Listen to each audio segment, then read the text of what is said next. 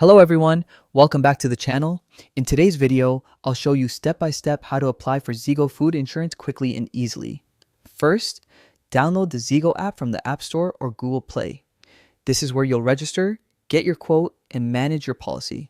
Next, create your account and enter your personal and vehicle details. Choose whether you're driving a car, scooter, or motorbike, and make sure you select the option for food delivery or courier work.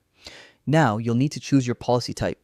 Zego offers pay-as-you-go insurance, perfect if you only deliver part-time, 30-day or annual policies, ideal if you're working full-time and want both personal and delivery covered together. Once you've selected your policy, Zego will give you a quote. At this point, you may need to upload some documents such as your driving license, proof of address, or your existing car insurance. After that, confirm your policy and make the payment.